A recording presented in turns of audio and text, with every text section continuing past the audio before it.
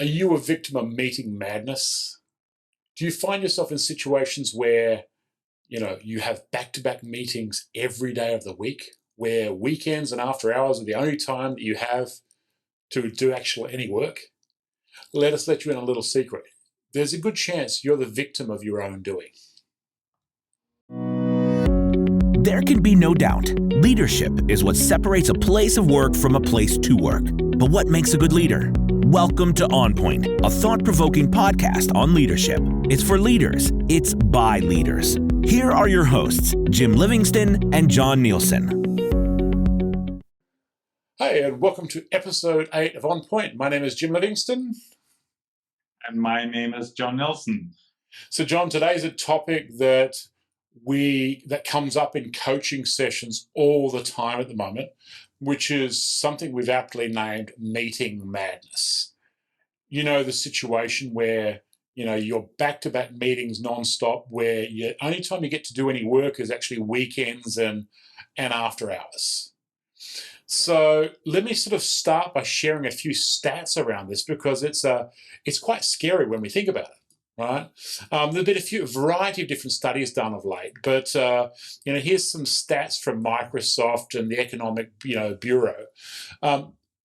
Majority of employees have experienced since the pandemic a 70% increase in the number of meetings. Employees on average are doing 62 meetings per month and feel that over 50% of those meetings are a waste of time. And employees actually really get excited about meetings when they find that those meetings are well organized and well planned. I mean, what are some of your initial thoughts on this? No, I can absolutely relate to that. When I do trainings or coaching sessions, people are complaining about they don't have enough time because they have to show up in so many meetings. And then when I ask them why they are showing up, they don't sometimes really know why they show up. They just feel they have to show up. So absolutely on point, this topic.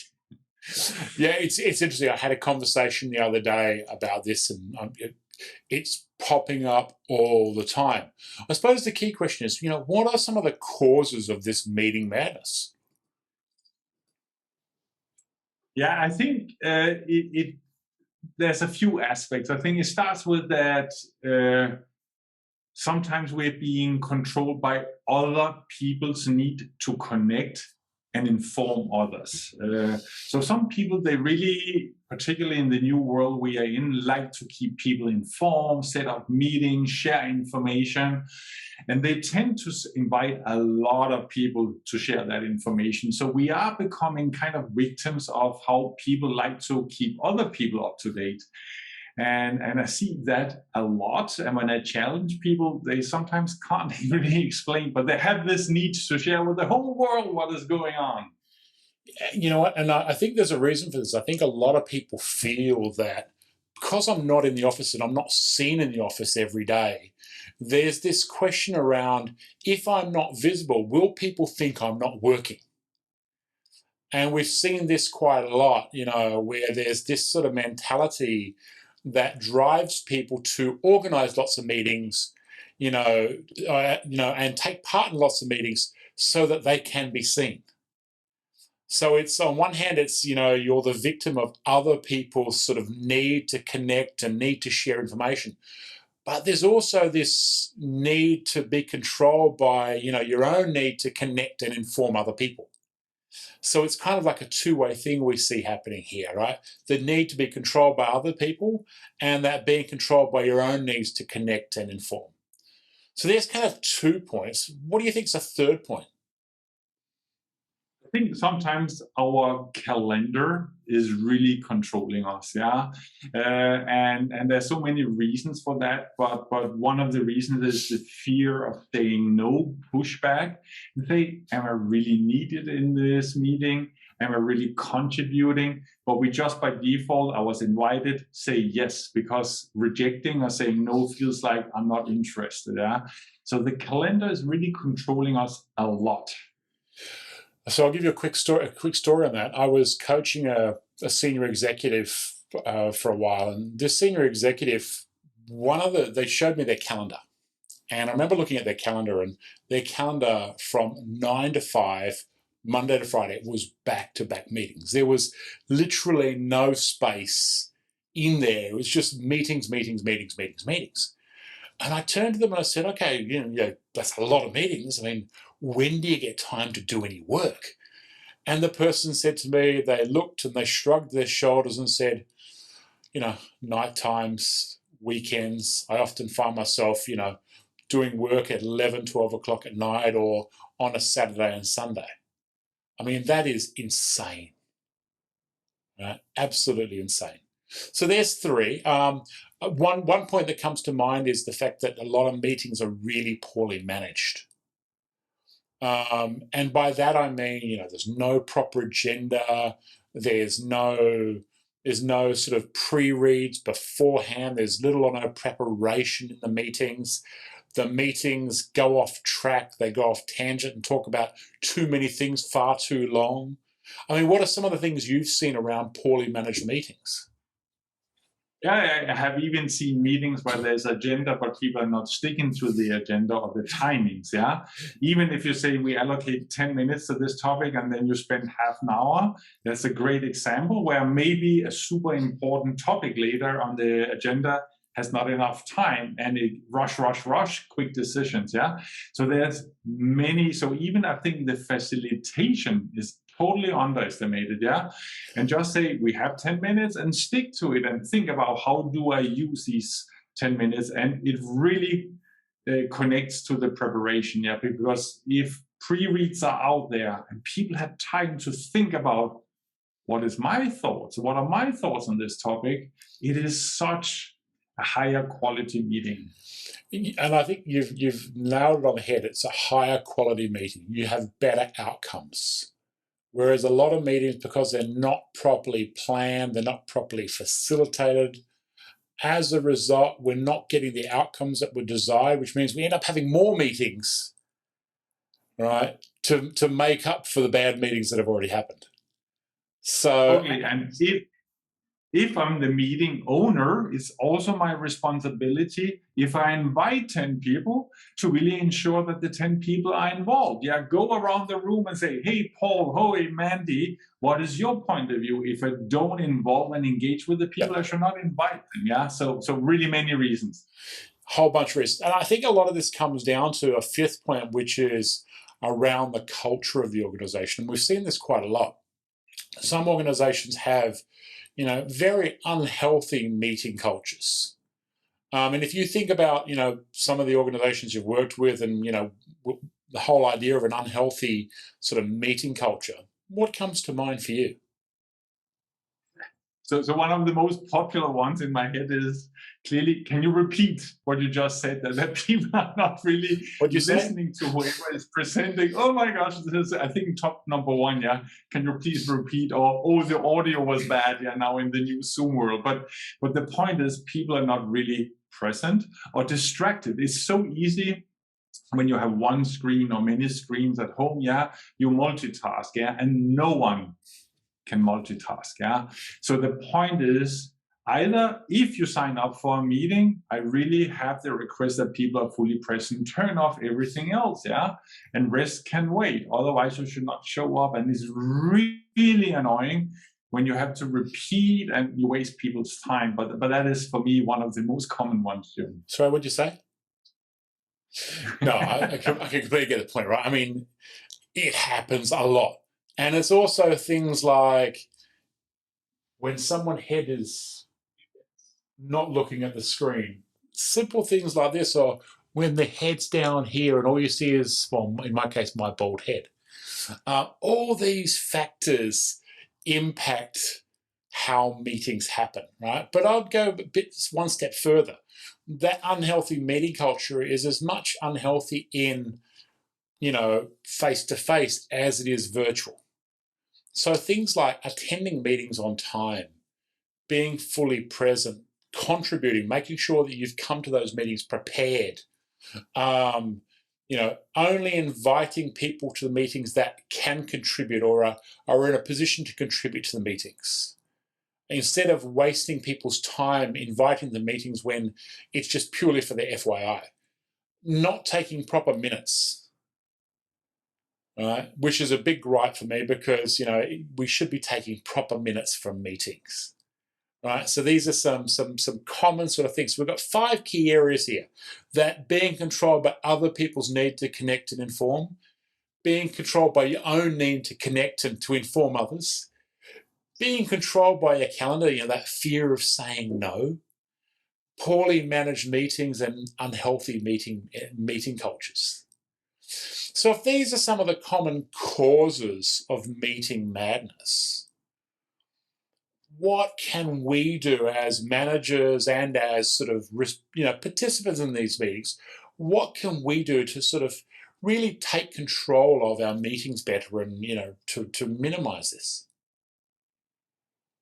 I think number one, it really starts with taking control of our calendar, okay? And really think a lot about when we say yes to a meeting and say yes to the right meetings, but also when we say no. So really be in control and also make a decision for yourself and say, how much time per week do I want to spend on, I call it internal meetings versus meetings if you are in a customer-facing role or out there for sales with customers, yeah? Be very intentional. How much time do I spend in meetings? Take control of your calendar, of your time is really where it starts. Yeah, and I would say start budgeting time. So start budgeting time in your calendar for things that you need to do, right? Rather than just let meetings randomly sort of appear in your calendar, start sort of really pocketing out time slots throughout your day for work and other things, and plan your meetings around your other tasks. I think that's a really important one. I mentioned earlier the senior executive. One of the exercises I got the senior executive to do was to analyze their calendar for 1 month. And they spent a month analyzing their calendar, and they put them into different categories. And one of the categories was a decision needed from me at this meeting? Second category was, would I contribute to a decision being made? Third was it purely FYI? And there was a fourth category, which was it to keep senior leaders happy, me being present, all right? And interesting enough, when this senior exec went and looked at all of the sort of results, almost 50% of those meetings were FYIs. And I asked them, just, wind back the clock. If you could take back 50% of your time, what could you have achieved, all right, with that time, right? So I think this is your point about take control of your time. Be very intentional about, where you invest your time in meetings. And as a manager, particularly if you're a people manager, be a bit more intentional in how your people are investing their time in managers. If you see your people in meetings 9 to 5 and that they're only doing their work on weekends and evenings, you have to put a stop to it. It's not healthy, right? It is not sustainable, right? So really take control of, those calendars and be more intentional in helping your people take control of their calendars. So that's one really good point. I think if I was to add a second point would be take control of how meetings are managed. Quick story on this. Just the other week, a coaching client of mine whose struggle is around being able to speak on their feet. Right? So their struggle is, they tend to need time to think and digest before they can speak, right? And when we sort of analysed where they really faced these challenges, the person said that the biggest time that they faced this challenge was when they went into meetings where there was no proper agenda or pre-reads. So I think there's a good point here. If you're attending meetings, make sure there's a proper agenda. Make sure that there's a purpose to the meeting. Make sure that you're clear on how you're going to contribute to the success of that meeting. And, and if you don't have this information from the meeting organizer, then go and get it. Right? Or if you are the meeting organizer, make sure this information is there. Right? What else could you think of in terms of taking control of how meetings are managed?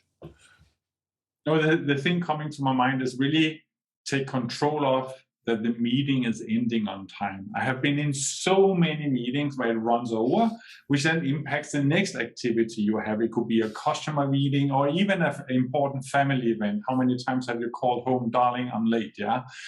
Seriously, ending on time or early is really an important part of this, yeah, to give people back time. It doesn't mean because you plan an hour that you have to spend an hour. If it's done, it's done, yeah. Give people back time, yeah, to do the real work. So managing time, ending on time, showing up on time, absolutely key.